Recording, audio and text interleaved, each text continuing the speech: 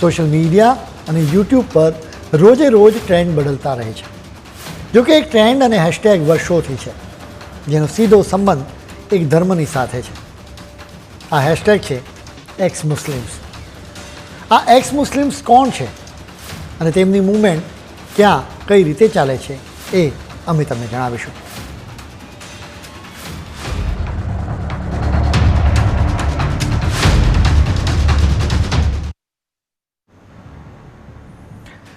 તમે x boyfriend કે x girlfriend વિશે સાંભળ્યું હશે. આજકાલ એ ખૂબ કોમન છે. જોકે તમે એક્સ મુસ્લિમ્સ વિશે કદી સાંભળ્યું છે? આ અનકોમન છે. તમે એમ ના માનતા કે આ શબ્દ અમે કોઈન કર્યો છે. કોઈ પણ ધર્મ વિશે જરા પણ ઘસાતું બોલવાનો અમારો કોઈ જ ઈરાદો નથી. અમારી વાત પર વિશ્વાસ ન થતો હોય તો કોઈ પણ સોશિયલ મીડિયા કે ગૂગલ પર જઈને સર્ચ કરો.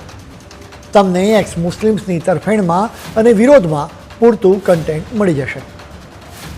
હવે બીજો મોટો સવાલ થાય છે કે આ એક્સ મુસ્લિમ્સ એટલે શું?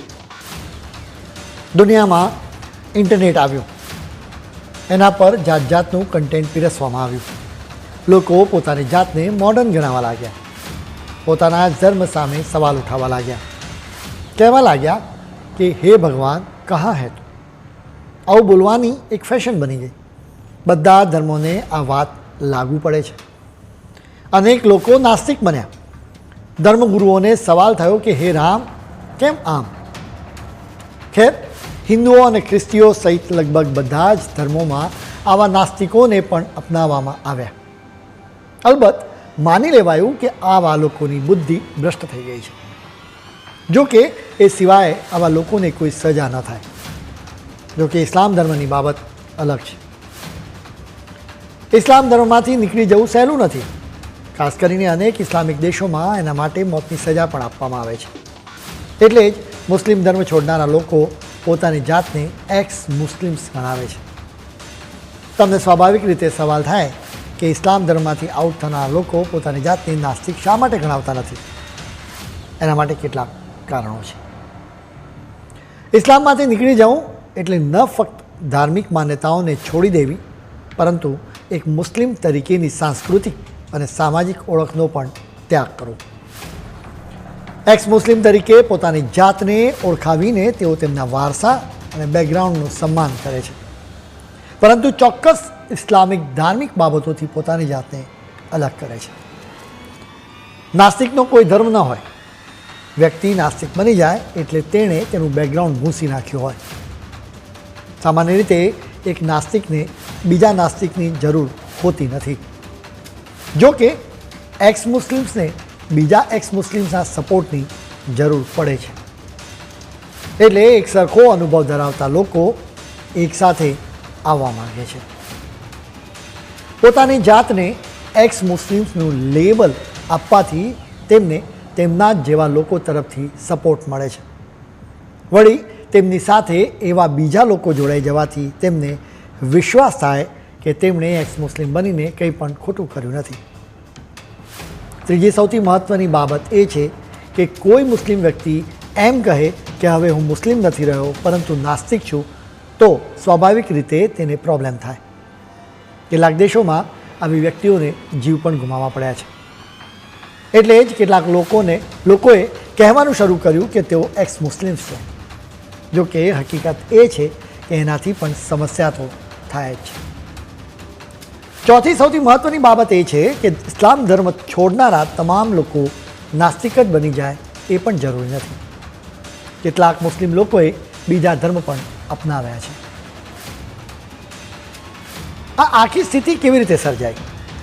ઈરાનમાં જન્મેલા લેખિકા અને અધિકારો માટે ઝુંબેશ ચલાવનારા મરિયમ નમાઝીએ કહ્યું હતું કે પ્રિન્ટિંગ પ્રેસે ખ્રિસ્તી ધર્મની સાથે જે કર્યું હતું એ ઇન્ટરનેટ ઇસ્લામ ધર્મની સાથે કરી રહ્યું છે. હવે અમે તમને મરિયમના કહેવાનો અર્થ સમજાવીશું. પ્રાચીન દિવસોમાં ઇન્ટરનેટ તો બહુ દૂરની વાત છે, પરંતુ પુસ્તકો પણ ખૂબ જ દુર્લભ હતા. એટલા માટે સ્વાભાવિક રીતે ખાસ માહિતી લોકોને મળતી જ નહોતી. એટલા માટે કંઈ પણ જાણવું હોય તો તમારે કેટલાક જાણકારો પર આધાર રાખવો પડે. એ પછી કોઈએ પ્રિન્ટિંગ પ્રેસની શોધ કરી. અચાનક પુસ્તકો સરળતાથી અને ઓછા ખર્ચે લોકોને મળવા લાગ્યા. આ પ્રિન્ટિંગ પ્રેસના કારણે ખ્રિસ્તી ધર્મમાં મોટું પરિવર્તન આવ્યું.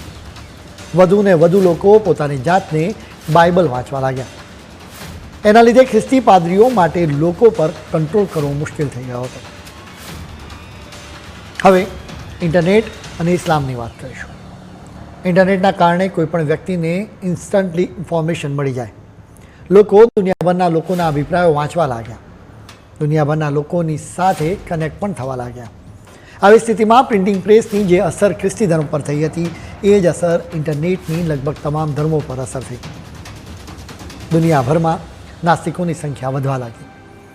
હિન્દુઓ કે ખ્રિસ્તી ધર્મના અનેક લોકો પોતાની જાતને નાસ્તિક કહેવા લાગ્યા.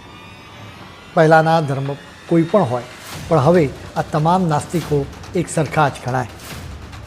જો કે મુસ્લિમો પોતાની જાતને એક્સ મુસ્લિમ તરીકે ઓળખાવા લાગ્યા. સોશિયલ મીડિયાના આગમનના કારણે સ્થિતિ બદલાઈ ગઈ. લોકો પોતાનો ચહેરો ઢાંકીને ઇસ્લામ ધર્મ વિશે પોતાનો વિચાર વ્યક્ત કરવા લાગ્યા.